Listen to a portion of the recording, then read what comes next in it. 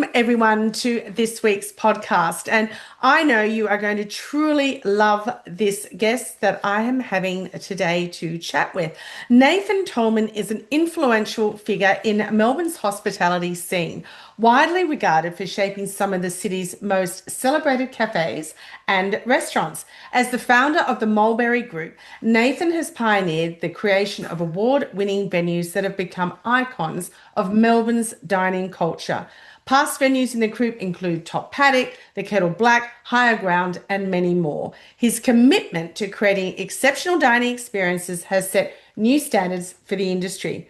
His hospitality journey began with a degree in hospitality, but we'll get into that a little bit later on. But he's had an amazing career traveling to Japan, where he spent 6 years gaining a deep appreciation of global hospitality.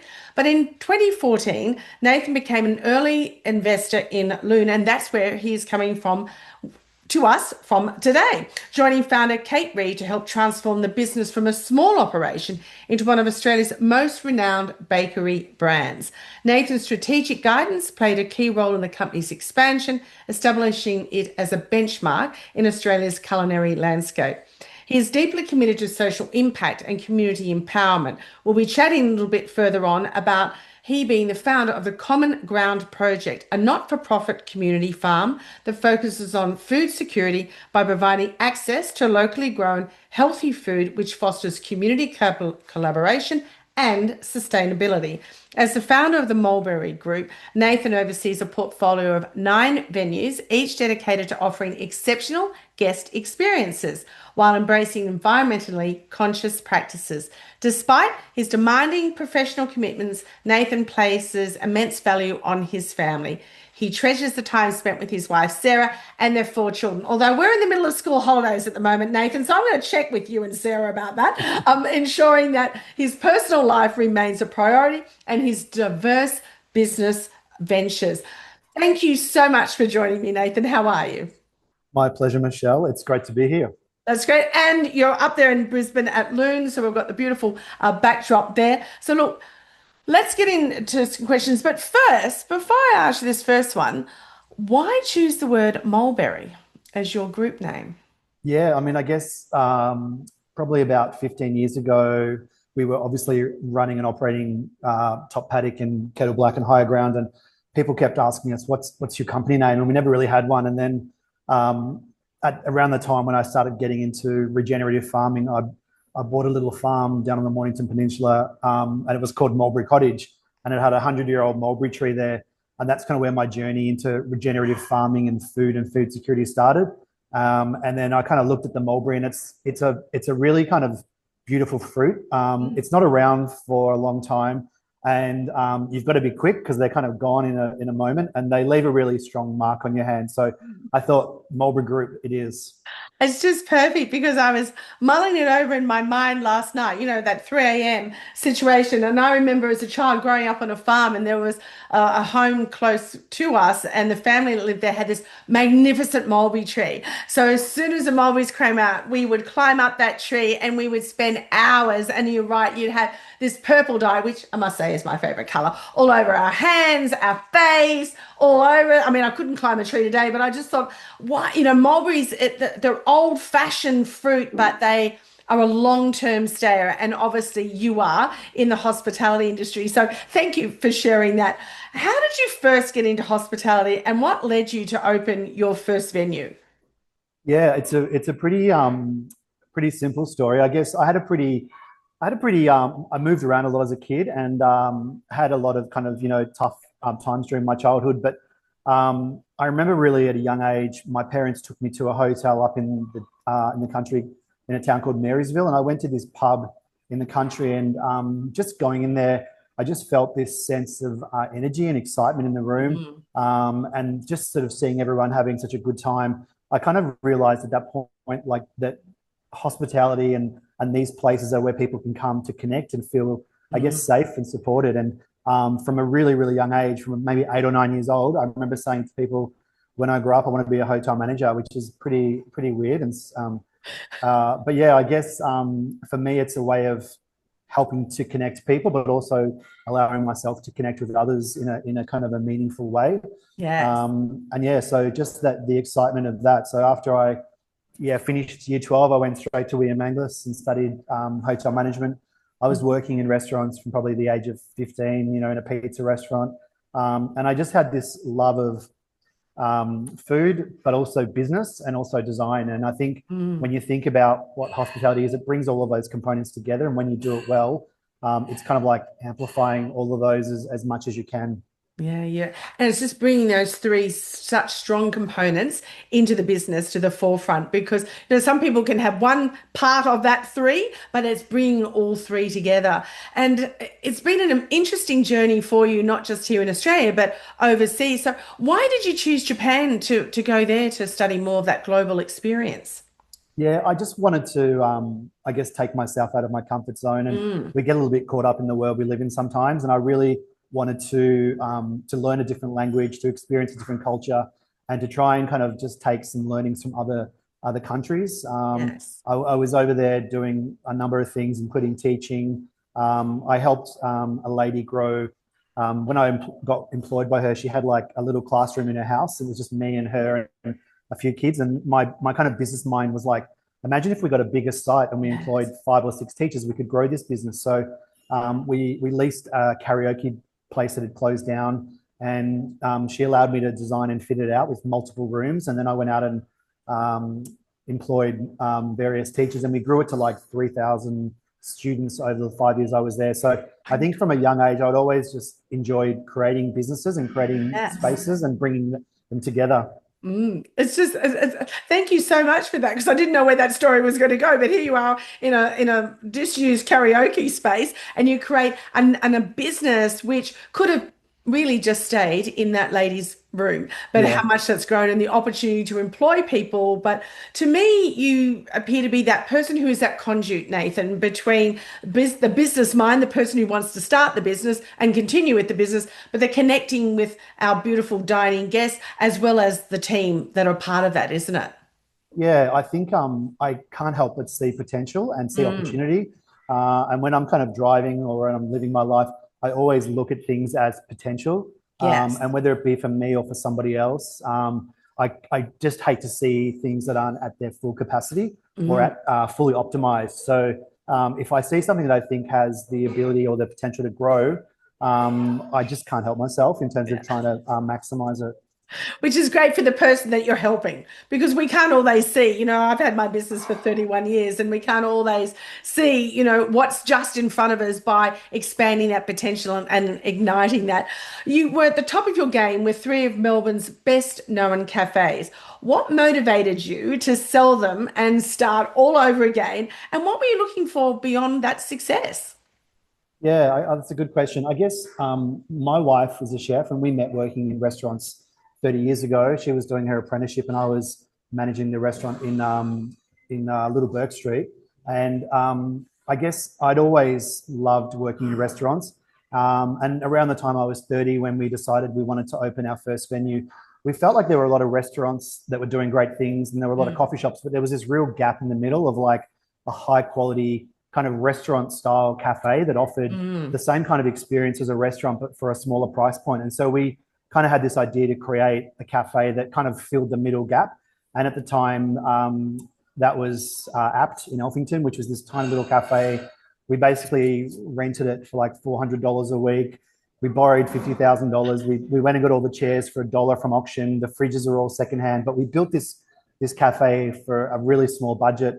But we had this really simple belief of like offering kind of restaurant quality food and restaurant quality service at a cafe price point. And I think people were just ready for it at that time. So we were like, making our own banana bread. We were making labna. We were roasting vegetables and roasting fruit, and it was all very much done in a restaurant way. And I think it just really resonated with people at the time. So we then sort of sold that, opened Liar Liar, then sold that, opened 3 Bags Full.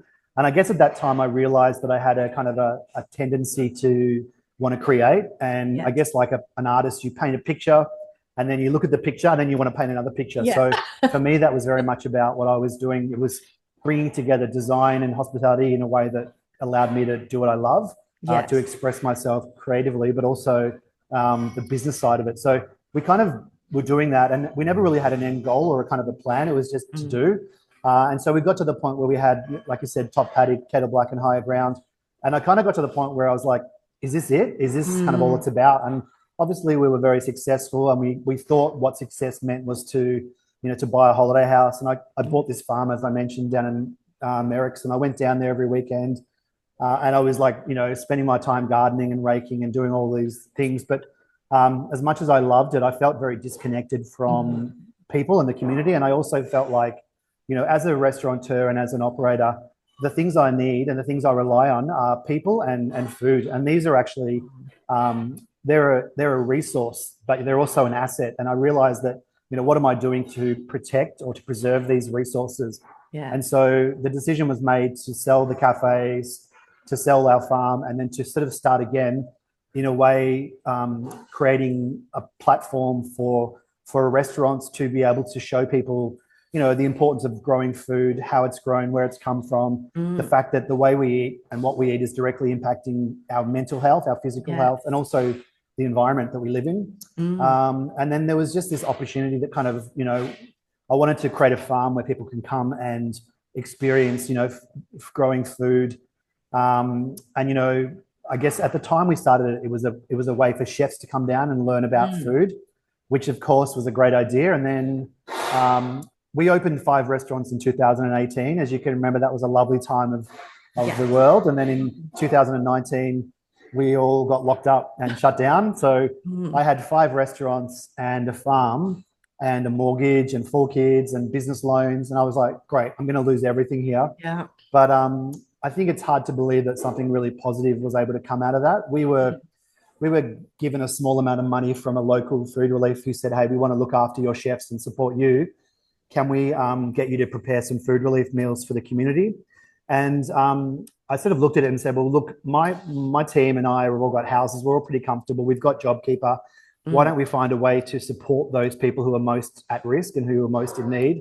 Yeah. And let's actually engage them to prepare these food relief meals. So we reached out to a local agency called Diversitat in Geelong and said, hey, look, we've got $50,000. We would love to employ some women from the asylum seeker backgrounds who have, maybe got a lot of troubles trying to find work or just get through. And these women then came and prepared food relief meals that were then donated to local food relief charities. And from that moment, it was really about discovering my why and my purpose. And it was basically a way of going, we create restaurants that bring people together. We rely on food to sell in the restaurants. So we basically started buying vegetables from the farm in our restaurants. Those funds were then used to, provide opportunities for people, in the community. So now, over the last sort of 7 years, we've probably funded about $1 million worth of programs through the farm. Gosh. We've put about 50 women through this program, which is a 6-week training program where they come and learn how to work in a kitchen.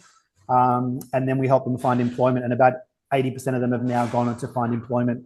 And I guess on top of that, we also now have programs where we educate school kids. There are thousands of school kids coming through every year. So I guess that was for me what I was looking for, was like, I was deeply passionate about food security and helping the community. And I loved running restaurants and creating, but they seemed very much disconnected. Yes. And I needed to find a way to bring them together. And so now essentially Common Ground Project is the center of what we do.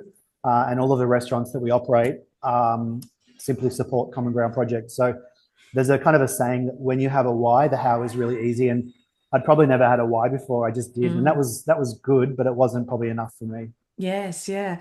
And how amazing out of, those really dark times, particularly in hospitality, because like I had to terminate 70 staff overnight, and it was like, well, what's the next step? Are they ever going to open up again? When are they? If are they? But for you to turn that around and go, okay, yeah, we could take the money and we could do this food, but to involve others, particularly those that, they was really suffering in that hardship. But how much you've grown over that time is just phenomenal. Did you ever think back then when you thought, okay, we're going to offer it to these, that this is where you would end up? I mean, how has that fulfilled you? Yeah, no, not at all. I think, we could have been successful and just ran restaurants, but I really do believe that the current generation people coming through, they want to work for a business that, you know, obviously pays them well and looks after them, but they also want to work for an organization that is more than just, you know, about running a business. They want to work for an organization that maybe has a deeper sense of purpose, where people can align their values with, you know, with the business they work for. And I think, you know, I wanted that, so why wouldn't my team want that? And also, why wouldn't my customers want that? So, you know, like when we look at a new opportunity, it's very much about, you know, firstly, is this going to be a business that the community wants and needs? Is there a need for it? And then most importantly, is it going to support Common Ground Project? And if it's not, then we generally would say no. And that's kind of a really nice thing to have now, is kind of like a North Star or a guiding principle that says, we need to filter these things through this, but the ultimate goal is to support Common Ground Project. Yes, which is amazing. Do you find also that it's made a difference to those, you know, who are seeking employment? They seek out you now through this common project because, you know, Common Ground Project, in the sense of they know what your commitment is to the community and to that food. Do you think that swayed people applying for roles with you? Yeah, absolutely. I think, you know, on a purely marketing level, like, you know, as a business, if you can sort of promote your business as something that is giving back to the community in some form or another, then yeah, you're going to get people who want to work with you. Like, we get people cold call and reach out to us every day, and they specifically mention Common Ground Project and the work we're doing. You know, like whether you're a chef, to be able to use produce that's been grown organically without chemicals and pesticides and harvested the day you get it, and then serve it to your customers. Like, that produce, it lasts so much longer for a start, but it also has so much more nutrients within it, and the taste is so much better. So when you're working with great produce, your job is so much easier. As a waiter, you can, when you're serving food to a customer, you know, they're so much prouder to be able to say, here's, you know, something we've grown locally. And people might say, oh, what's Common Ground Project about? And you can just, you know, give them a bit of a story about, you know, the impact it's having in the community. So even just people don't even often know that they're working for a company that does that. We're probably not as good as we should be about talking about it. I think we can all put our hands up to that, can't we? Business, I don't think, oh, why aren't we raising the rooftops about this? So it needs to be said, because, you know, we are finding that is what, you know, employees are looking for, is that connection. But also, do you see it going the other way with guests, that they seek you out, and all the establishments that you're a part of, Nathan, that they realize that it's more than just a business. You've got this strong connection and long-term commitment to your community? Yeah, definitely. A lot of customers now will say, oh, we've been to all of your venues, we've been to Common Ground Project. Common Ground Project has like a couple of annual dinners. At the end of every 6-week cooking program with the women, we basically do a ticketed dinner on site where it's about $65 a head, and the women actually prepare food for customers. And then the money that raises then funds the next program. So these women are actually not just getting themselves out of poverty, but they're also helping their community as well. So it's this really great kind of cyclical process. And I think customers love to be a part of that, where we open up the tickets to these events and that sells out within 5 minutes, because people want to know that they're actually, oh, I'm having a good time, I'm eating great food, but I'm also directly impacting the community. And whether you care about either social or environmental issues, well, it covers both of them. So it's really about kind of knowing, I guess, where your money goes as a consumer. Hey, definitely. And that full circle. I'm just thinking, my goodness, I'm going to have to I'm going to have to keep on your watch list now to get to one of these dining experiences, because I just love it. It gives them, at the end of that 6 weeks, that opportunity to really show what they've learned. But then they also know that they're helping women behind them that they may not even know. And it's just that total circle. It's a fantastic way of just reconnecting and constantly going, isn't it? Yeah. Yeah, I think like we've always had this kind of philosophy in our world that you know, it's quite hard to change the world. And I guess what we're saying is, we're not trying to change the world, we're just trying to change our world, and our world is hospitality. So if we start to open all these restaurants, they all start to kind of overlap, and hopefully other businesses and other sectors will do the same thing, so that it becomes a point where there's a kind of a critical mass where, you know, businesses are all trying to do something that benefits the community or the environment. And you know, like we say, we donate 10% of our profits to Common Ground Project. That's our commitment. Imagine if every other company or organization did something similar. we would have such an amazing, world. And I think that's kind of what we're trying to get people to believe, and also know that it is better for your business. You do attract more customers and you do attract better staff. So it's a win-win. It's a win for businesses and it's a win for the consumer. Yes, yeah. I was mentioning the other week, one of my clients up at Taree, Club Taree, Paul Allen, who's the CEO there, they are very much for the community. It's just phenomenal what they actually do for them. But those suppliers have to make that commitment also to the community. And, it's getting them to have that buy-in and that acknowledgement to, well, yes, you're selling us this product, but how else are you helping? And that's how they select the suppliers. So it moves that circle away from just one group to further afield, doesn't it? Yes. Yeah, when we do a lot of the suppliers we use are generally very aligned with us. So they'll deliver in reusable boxes or packaging. They won't use plastic. But whenever we have one of these fundraising dinners, they will also generally donate produce for that dinner, so that essentially everything we make on the night is pure profit and can be donated fully to the next cohort of women coming through the program. Yeah. Which is fantastic. Thank you so much for sharing that, with myself and my guests about the Common Ground Project, because, we can read it, we can highlight it in websites, but hearing it from you, Nathan, really makes that strong connection to what you're doing and what you continue to do. Let's just look for a moment about you've opened up a number of restaurants and cafes and continually growing and looking for more. What do you actually look for in a new venue, and how do you decide if it stacks up? What numbers and factors do you focus on? Because, we can look at some things, oh, wow, that just looks like the perfect spot. And then we look behind the door and go, oh, yes. So I'd love to hear your thoughts on that. Yeah, look, it's changed a lot over the years. I mean, as we've gotten bigger and I guess better, we can start to negotiate and push for probably better deals. Like the very first site we did, as I mentioned, the rent was $500 a week. We got no rent free. We got no landlord contribution. So we had to borrow $50,000. We were paying rent from the minute we leased it. And we probably had that $50,000 debt when we sold the business, 3 years later. The real key now is, for me, is to, when you open a business, we try to have a business that requires as little capital investment as possible, because the reality is the more money you're putting in up front, the longer it's going to take to pay it back. And it's also going to be essentially the customer who's going to have to pay for that. So in terms of new opportunities we look at now, we're always looking at potentially sites that have already been done or are fully fitted out that we can just walk into and not have to spend too much money on. Yes. We then look at the location. So we don't need to necessarily be in a high foot traffic area, but you want to be in a location that people want to travel to or are willing to go to. Yes. Like we've got destination areas, like we've got a museum cafe at Heidi, which is very much, out of the city, but it does very well because it's like a destination. We've also got kind of, busy restaurants on Flinders Lane where there's lots of people. But generally what you'll do is you'll always look at the site and say, okay, what's it going to cost me to fit it out? If you need to. The general cost is around $4,000 to $5,000 per square meter. So if you're looking at a 200 square meter site, that's $1 million you're going to have to spend on it. Yeah. The next question is saying, how much will the landlord contribute towards that? And how much will I need to contribute towards that?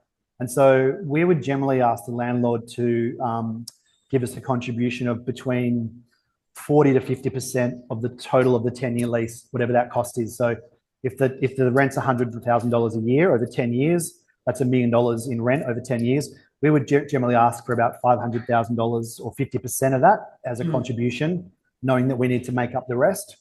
The next thing we look at is the rent per square meter. Like in the city, it can be up to $1,000 per square meter. In the suburbs, it's maybe $300 a square meter. But as a general rule, we never want our rent to be more than 5% of our total revenue. So if you're going to do your projections and you think you're going to do, $10,000 a week, then you don't want to spend more than $500 a week on rent, or 5%. Right. Yes. So just work your way backwards. If rent goes above 5%, you start to cut into potential profit, and that's kind of essentially what you need to survive. I then look at, I guess, as I said, a projection based on what we think the restaurant or the cafe could do per week in revenue. And that's generally based on the number of seats you've got, the location, other businesses in the area. So, work out what your revenue projections are, then work back and see what your wage costs will be for that business. Again, you wouldn't want to spend more than 40% on wages. So make sure you can actually run a business of that size with that amount of revenue spent on wages. Yes. And then you kind of work your way back. And once you've got your rent paid for, you've got your wages paid for, obviously your food costs need to be around 25%. You want to be left with about 10% profit. Otherwise, there's really no point in opening a business. And I think that's where a lot of people come unstuck is maybe their wages are higher than they should be at maybe 50 or 55%, or their rent's higher than it should be. But if you can't make all of those factors work, it doesn't matter how great the fit out is, how great the food is, how great the location is, you're going to struggle to pay off your investment and ultimately make money. Yes. Thank you so much for sharing those numbers, because I remember, in my early days of running my business, I was working for some large network agencies where people were wanting to start up their first businesses, no matter what they were. And I don't know how many, Nathan, wanted to start up a cafe, and it was a 6-week course, and I'd be training them through all the different areas. And I'd say, so, what are your variables? Oh, well, yes, you've got a few things. And I used to say in the end, well, how many cappuccinos is it going to cost you to make to keep the electricity going? And it was that real eye opener of, oh, I hadn't really thought about that. And I think we do. We go into business with this passion, or this, we're a chef and we love the cooking, or we're great at business, but it's understanding that sometimes you have to walk away no matter how much your heart might be pulling. And it sounds like, Nathan, you are that, you've got that head smart naturally for the success that you've had in going, as much as I love it, this is just not going to work no matter how hard I put into it. Yeah, and I've had some tough ones where I've really wanted to work with the landlord, or I've loved the site, but the deal just doesn't stack up. Yes. And you've got to listen to that, I guess, your heart and your gut, but you've also got to listen to your head. And that's where it just on paper, if something doesn't stack up, it's just going to be really difficult. Yeah. So, it's funny, like you say that, like people often think they're going to make X amount of dollars. And it's like, well, how many customers do you need to serve a day to do that? And they're like, oh, this many. And then how much are they going to have to spend per person, or this much? And then you go, well, is that physically possible to have that many people coming through this venue per day based on the number of staff you've got, And it's just often a really sad and a rude awakening of like, actually, no, you're right. This is not going to stack up. Yes. Yeah. I guess we we run our businesses as a very open book. So we treat all of our head chefs and managers as essentially owners. So we get them to do a forecast every week where we basically say, here's the revenue projections each day based on what you believe. Here's your total wage cost for the week. Here's what it sits at as a percentage, and here's what you should be left with. And then we get them to update them every day so they can either adjust accordingly, up or down. And then they're not kind of like looking back over the week after it's happened and, oh my God, I lost $5,000 last week. You can actually monitor it as you go each day, because the reality is in business, you just have to keep your eye on the dollars and cents every second of every day. And even to the point of, every night, if you don't kind of reconcile your daily figures for the day, you don't know how you're performing for the week, and you can't make adjustments accordingly. Yeah, and it really is business on the run. You've got to be in front all the time. How do how do your chefs, when they come into the organization and they're now part of the Mulberry group, and they they're showing all this, what's the response? You know what, Michelle, I have to be honest, I've got so many people that have come to me as head chefs or managers and have never seen a P&L, have never done forecasting, they're like, oh, we don't get told that, or we don't get asked to do that. So I'm like, how can you succeed without knowing all of the factors? It's like saying to someone, I want you to drive from here to there, but giving them no map. You've got to give people the tools to succeed. And we even say to them, like, we want you to understand this business so that if you ever want to open your own business, you can. But also, like, there was a saying once of like, oh, you give the staff all this training and then they just leave. And it's like, yeah, but imagine if you didn't give the training to them and they stay.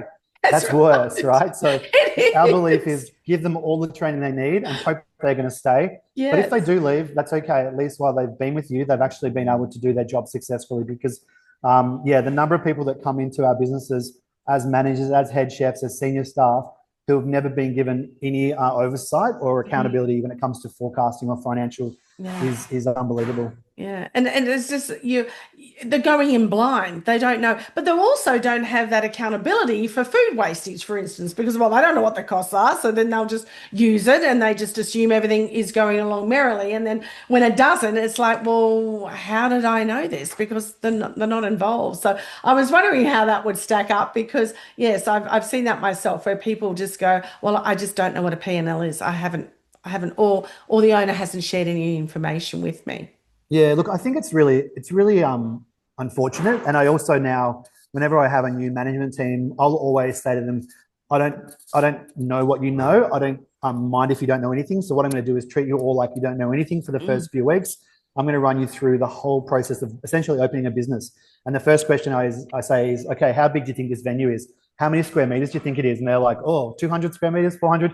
It's like, okay, it's 200 square meters. And then I'm like, now what do you think the rent is? And it's amazing what the variance can be. Yes. But then I start to kind of test them, and now they look at it as like, I guess like they just want the knowledge and the information. Yes. And it's such a nice thing to be able to educate people in that way, whether it be for my business or for their future businesses. Yeah, because they just want to soak it in, and then they feel like they're a part of the business. They're not just an employee. They're actually part of that vision.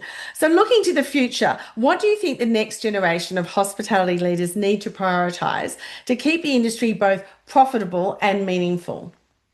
Yeah, look, I think there's a lot of things. I mean, I do think that as a business, you need to be really clear on your purpose and your why. And it doesn't have to be like, so grand, but it needs to be really clear, and people need to be able to understand what it is. I think it's also more important than ever to be really clear about what your business is offering and what it is providing, because if you're not really clear on it, it's really hard to promote it and to market it. Yes. So you've got to have a really clear, like almost like an elevator pitch of this is what my restaurant is or what it does. Then you've got to make sure that the actual the offering is fully optimized, and then you've got to go out and market it. But a lot of people go the other way. They start to market the product before it's fully formed, and it's just a bit of a waste of money and quite confusing. I'd probably say that people are interested in more than just a paycheck. So they're also interested in well-being, obviously mental health, just giving people a bit of a work-life balance. So, a lot of people now are doing 4-day weeks with 40 hours as opposed to 5-day weeks. People want to have, I guess, a bit more of a growth plan or a career plan of like, hey, where can I take my career with you? Because if you can't give people growth, they'll probably go elsewhere to find it. And that's not to say that everyone can come in and be a manager. But if you've got a really clear kind of plan of where you want to get to, I think it's a really powerful tool, so you can help someone get there. Yes. Probably sustainability is such a big part of our industry now, and it's becoming more and more enforced. But I think if you don't start to embrace those practices, you're going to find it hard to keep up. And I think just trying to find ways to support your community, because people are probably more aware of what's going on behind the scenes now in businesses. We're seeing a lot more stories come out. And I think you can't just have a beautiful shiny restaurant and think people are going to not see through if there's something happening behind there as well. So they're probably the main things. I think like people are becoming a lot more sort of niche when it comes to products now, which is really cool. You can see a lot of products now that are just doing one or two things, but doing it really well. Just make sure if you're going to do it, you're the best you can be. Otherwise, what sets you apart from anyone else? Exactly. And you have to stand apart, because there's so much that people can spend their money on, and no matter where they are in the structure of life, it is getting good value, but having amazing products that go with that. And it expands our beautiful hospitality industry, which will always be here. So as an off-the-cuff question, before we finish, Nathan, we hear so much about AI. How is that impacting, or how do you believe that will impact your businesses going into the future in hospitality? Yeah, it's funny, Michelle, when it first sort of started talking about AI, I was like, no, I'm not going to get into it. I don't want to feel like my job's being replaced or we're replacing people, because hospitality is all about connection, and we are hardwired for connection. So to me, it was like, no, but it's funny how much it's infiltrated my life and how much I've embraced it. And I'll give you a couple of examples. One of them was, we obviously use an online booking system for reservations, and people can then respond to positive or negative reviews. The reality is in hospitality that we're all running on very thin margins. So we're running as lean as we can with limited staff, no matter what department you're in, whether it be kitchen, office, HR, recruitment. We used to spend about 7 hours a week going through all of the reviews and compiling them into negative and positive, and then basically feeding it back to the team. And some weeks we were too busy, we couldn't do it. Some weeks we just got it, but the great thing is now the booking systems that we use, they actually send you an automated email every week of all of the positive reviews, all of the negative reviews, and then a list of recommendations, which is something that I have to acknowledge this is not something that I would have ever been able to justify paying someone to do, and you know, would have just done without. But that is such a powerful tool now that comes essentially for free.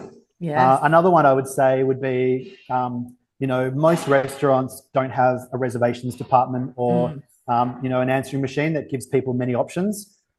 We've been recently approached by a couple of companies that now have a system where you can ring up and it'll actually say, how can I help you? What can I do for you? And it'll actually let you make a booking over the phone directly through AI. And it'll actually also transfer you to other departments. Again, this is not a job that's going to be replacing an existing role because we never had that option in the first place. So another great opportunity, even for me, if I look at a new site now, I can just feed in some parameters of like rent, square meter, average revenue projections. And the platform knows me so well now that it'll basically send back a spreadsheet of my sort of parameters and then essentially give me a recommendation of yes or no.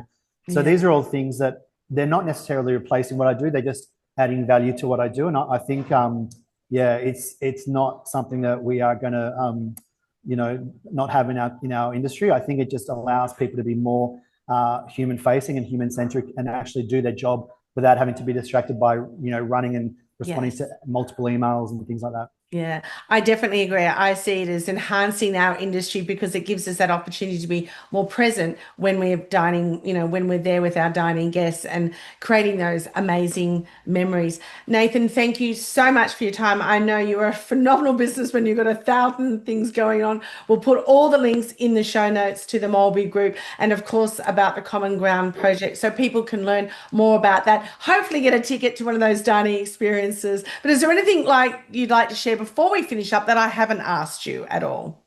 No, Michelle, I think you've done a great job and you've covered everything. And it's yeah, it's obviously a pleasure to talk to you. And yeah, I mean, we do have a consultancy business that we've set up recently. So if anyone wants to hit us up for any advice or business tips, we're more than happy to help. I'll send you the link. It's called Mulberry Partners.